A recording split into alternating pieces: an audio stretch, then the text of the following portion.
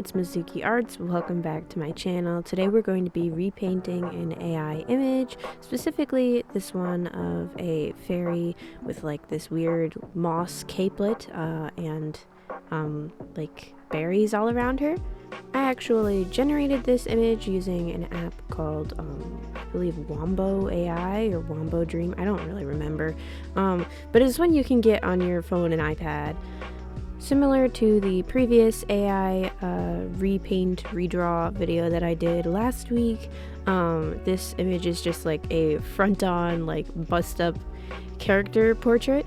AI generators seem to be stuck in that way, where it can really only do like the most basic compositions, which kind of sucks for me as someone who wants to, you know, steal art back from AI and use it as inspiration sometimes, you know, just for situations where I'm like art blocked like this.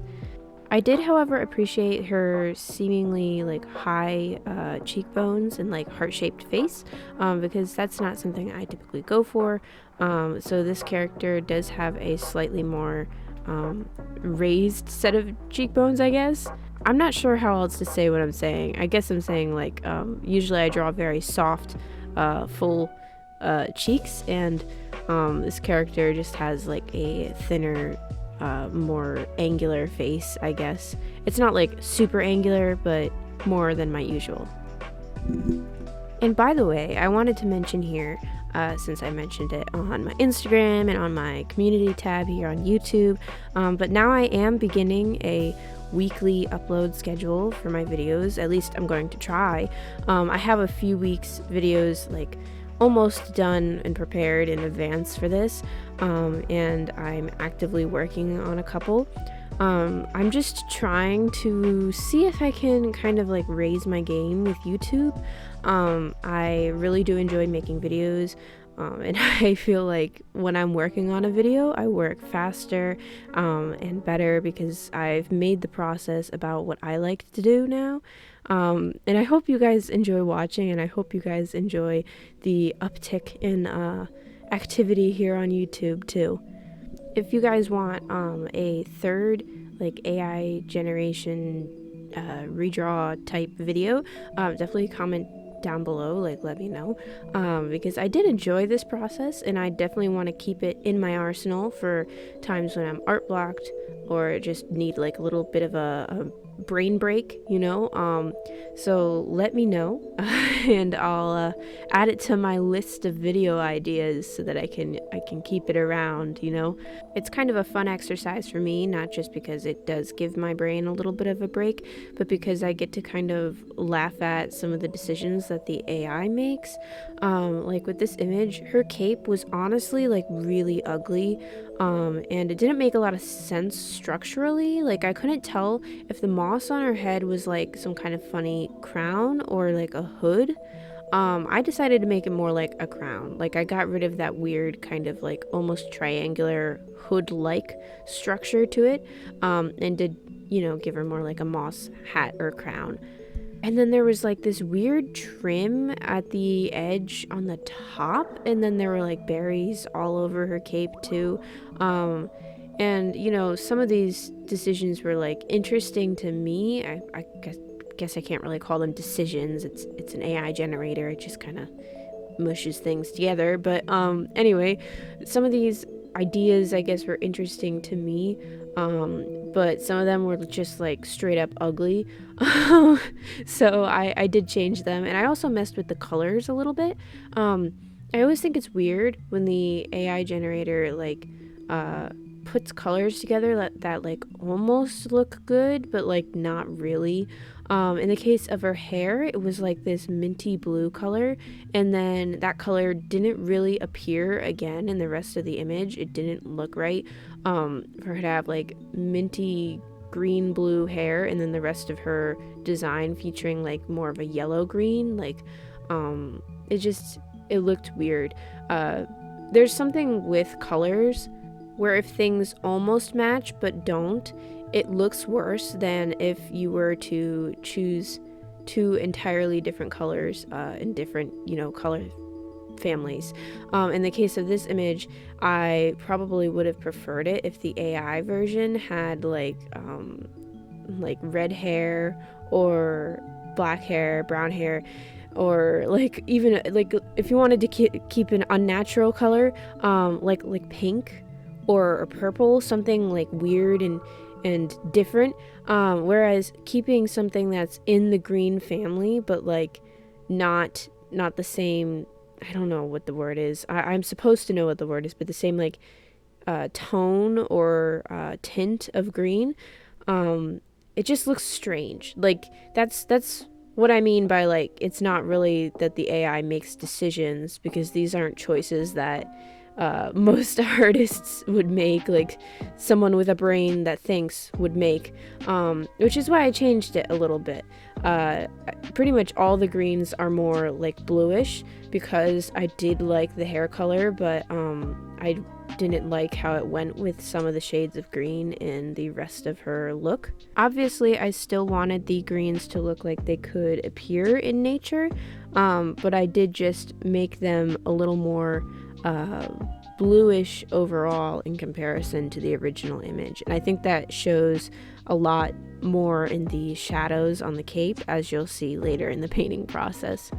I also tried to make sense of her hair a little more. I think my version is still a little weird looking, to be honest. Now that I'm feeling like a little more inspired and focused on my artwork than I was at the time of painting this, I probably would have changed some things, but overall, the decisions that I made in this painting, just it makes more sense than the AI generated image, which is really all you can hope for when you're art blocked, is to at least beat the machines, you know. Also, something weird I noticed while I was working on this piece was that they gave this character like a open mouth look, kind of like similar to the expression that I gave her, obviously, and that was intentional. But I looked closely at the AI generated version of her mouth, and her teeth, honest to God, looked like little stones. Like, I don't know who this girl's dentist is, but I'm pretty sure that's not normal. Like, they probably should have gotten her in some braces when she was younger or something, because it looks painful. But her version, I still gave her a cute little gap, you know, very cute, and it looks a lot less like painful or abnormal. It looks like she has a jaw that her teeth, you know, fit into, and they're not just like floating in her skull. So I think I'm a better dentist than whoever she sees. Just, you know, giving her some help. Something else I took out from her design were the pink flowers. Like I mentioned earlier, the cape had like this weird kind of hem to it that had like moss on it, and it kind of overlaps with like a second cape that I just got rid of entirely. But there were pink flowers, berries, and moss on it, and I just got rid of the pink flowers because it didn't really match anything else in the image, especially not the part that I was drawing, which was our little fairy girl herself.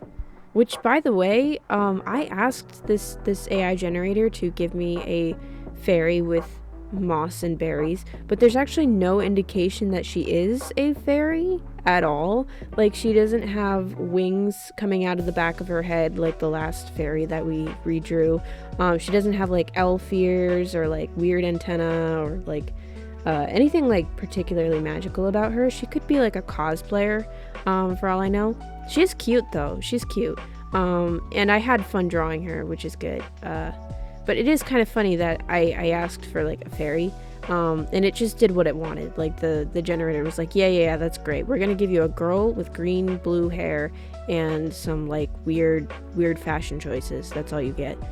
In the AI generated image, her cape, at least the lower layer of her cape, seems to kind of be vacuum sealed to her collarbones, which are like standing out to a ridiculous degree. So it's kind of concerning, but now she has like, you know, muscles and flesh, so she can't have her cape like fully up against it and vacuum sealed to her bones or anything. So hopefully she's a lot more comfortable now, at the very least. Another thing I removed from my version were the random leaves that kind of looked like spikes on a crown in her like moss hat hood thing. I did keep some like sprouting branches, which I thought were kind of a cool way to make her hat look a little more natural, which was something I focused on a lot while drawing that. It was the main design feature that I was really drawn to after generating this image. I was like, ooh, I want to paint that, but like, you know, make it my own. So in changing that, I feel like her hat hood thing looks a lot less stiff and obviously a lot less like a hood, because I did make the overall moss crown thing less shaped like it's conforming to a piece of fabric that's weighing it down, or like a hood in general. Just overall, I tried to make it look more like a very, very extravagant flower crown. If there's one thing I would change about my version, it would be that I want the moss to look more like moss. I kind of draw moss and bushes in a similar way, where it's just kind of like scraggly and clumpy. But I feel like if I changed it up a little bit, it would look more like moss. Like if I'd pulled up actual images of moss, like on my iPad or something, just to reference while doing this, I feel like it would have looked a lot better than it does. It just kind of looks like clumpy greenery with some berries and branches thrown in it. But regardless, I did have fun painting it, because it's just such a weird thing that I don't really add in a lot of my fairy paintings. Like usually I kind of skip out on hats. It's something I've kind of let go as an opportunity, I think. I could be adding like extravagant flower crowns and like flower hats and leaf caps and bonnets and all that to my characters, and I just never think to do it. I always want like the hair to be a huge factor of the characters. So maybe I'll consider adding that to more of my pieces after this, because yeah, I mean, it made it kind of interesting and different. Although something I do have to kind of criticize about not only my own oversight but also the oversight of the literal, like the AI, is that this like flower crown thing kind of looks like it's behind the head, like behind the hair. So even in my version, even though I'm like, oh yeah, look, I never paint hats, this one will be fun because the hat is kind of like the star of the show. I still have the hair on like full display, like the top of the head, the hairline and all. And maybe if I pulled it forward just a little bit, it would look better and more like it was resting on her head than like behind it. I don't necessarily regret my decision to keep the placement similar to how it is in the AI generated image, but it is something that I wanted to note, just as someone that doesn't paint hats very often, just for my own kind of improvement and self-critique, because obviously this is an aspect of character design that I've overlooked quite a bit in my own work. I think I have like one sticker in my shop, my butterfly fairy sticker, in which a character is like wearing a hat. I don't think there's any other artworks that made it as far as to become a print and sticker that are wearing hats. Maybe I'll do something about that. Who knows? It's funny that the little things in like drawings like this, paintings like this, whatever, kind of make me reflect on what I do and like the limitations that I put on myself, because I don't really work with like blues and greens together a lot. Usually it's like one or the other. So this was kind of like a step out of my usual color wise. I feel like I've mentioned the cape a lot in this video, because it was just structured so strangely in the AI generated image, but I tried to give it kind of a homemade but like regal look, because she does kind of have like a regal kind of look about her. She looks very confident, very pretty, and her cape and dress look to be like silky in the original image. Although that's not saying much, since a lot of like AI generated hair and fabric and eyes just look like really, really shiny. Um, so I guess it doesn't say much, but that's just something that I leaned into. So I kept like her kind of regal, royal, princessy kind of look to her. I kept her kind of bluish dress, although I did make it look a little bit more structured and less like weirdly wrinkly. And I added like a gold chain to the like top edge. I don't know what that's called, like the neck of the cape. I don't know. And I gave her like some shoulder structure, but I did accentuate the stitches on it, once again to give it that homemade feel to it. The fairies that I tend to paint don't have like a ton of technology in their culture. At least that's not how I imagine it. I don't think they're like, primitive in any sense of the word. Like they have modern fashion. Maybe they're imitating the humans around them. I don't really know. But I like to imagine that things are still made by hand in their little corner of the world, even if they imitate the things that they see, or have like modern fashion and technology in their, I don't know, like observed world versus their culture. I don't know if that makes any sense at all. So yeah, even though this girl has like a very fancy little capelet and like uh, gold buttons and chains, I still wanted things to look a little rough and handmade. I also honestly just think that makes things look cuter and more visually interesting. Like her clothing's pretty simple, other than her like moss berry flower crown thing. So I think the stitches add a nice amount of detail, especially since that's like a little closer to her face than the rest of her outfit. When I am working, I like to keep details like closer to the focus of the image, which is the character herself, her face, her hair, her flower crown. So it makes sense that I'd want to add those extra stitches, I guess, as just like a way to add more detail to a fairly simple piece. And as I mentioned earlier, I did try to keep all the greens kind of unified and a little more blue tinted. Here I'm adding some of that kind of blue toned green into it, through this like funky dappling. I do try to keep things fairly organic looking in this piece. I try to keep things pretty flowy. A lot of the fabrics in the AI image look pretty thin and silky, so there's obviously like lots of wrinkles in this capelet, to keep it looking like a thin fabric. I don't think she's very warm in this. It's probably just for looks. But I like this nice natural looking kind of dappling, because it looks like maybe it's like a natural material, like it's leafy or mossy or something. I don't really know.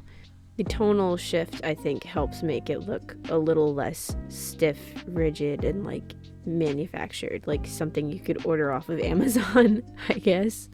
I don't know. I think I mentioned this earlier, but the original image that I'm referencing this from has lots of like berries kind of just all over her. Some of them look like they're placed with quote unquote purpose. And then others are just kind of like floating around. So I decided to remove any of the ones from her capelet or outfit, and I focused them to her hair and flower crown.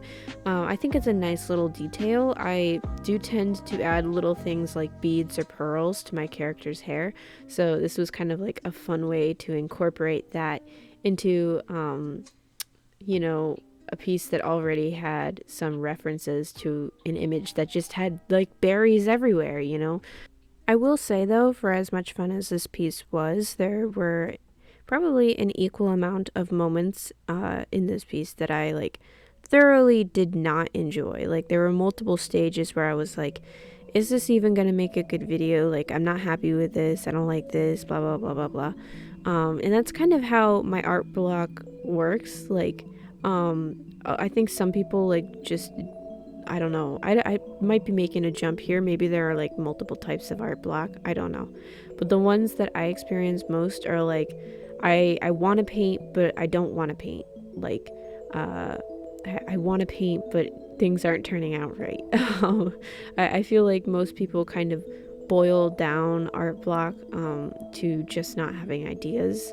But for me, it's like, it's more than that. Like, I don't physically want to paint, but I also really want to paint. And it's like so frustrating.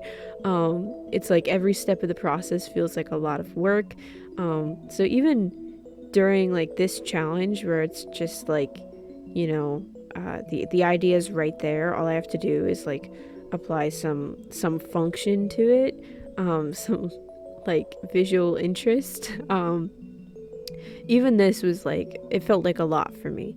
And I did mention in my previous video that around this time of year, I do become like kind of, I don't know, like sloth-like in my artistic process. Like everything feels boring. Nothing looks right. I can't draw as well as I can the rest of the year. It just, something about January, man. Something about January. I don't know what it is. And December can be rough too. But this year it wasn't too bad until closer to the end of it. But hopefully this that part of the year is over for me. And I think this drawing, this and the last one were probably a good way to send it off. Obviously I did have fun with this and I did want to paint, which is why I did it. But it's just kind of funny that even though like I don't know, like the idea kind of was already quote unquote sketched out, I still like was frustrated with parts of the process, even though it shouldn't have been like as overthought as I let these things become sometimes during my art block. Like I can look at this and I can admire certain parts of it because I did enjoy drawing it out, but I can also see that it's not drawn as well as I might be able to draw it now that I'm not in art block. Like I really like the way that I drew and painted her face, but I look at the hair and I'm like, I could have added more structure to that. I could have paid a little more attention while I was sketching it out and doing the line art. And then I look at like her flower crown and parts of it are overworked. It's just like, I can see that even though I was enjoying painting it, there were parts that I definitely like struggled with. So I don't know. This activity served its function, I guess, to kind of break me out of that, keep my hands busy when maybe my mind just wants to like, you know, not do anything. Because it's kind of funny when I go through this art block, there's usually not like something else that I want to be doing. I just want to feel productive, but like I'm also feeling like lazy, and it's probably because of like the winter weather and New Year's and everything. So it's pretty funny that like this piece, like even after the fact, I'm like critiquing it, even though it was literally just, I don't know. We're nearing the end of like the actual painting part of this process, and here I'm just trying to add in like some contrasts, some darks, because that is something that I tend to neglect, especially when I'm art blocked. I am someone that kind of struggles to add in those darks because I love like my mid-range of values. So I did try to add in some dark paint like underneath her hair and into like some of the little I don't know, sunken parts, I guess, like underneath her brow and in the like creases of her hair, if that makes sense. I don't know, between strands and all that, just to add like a little bit of value range, I guess.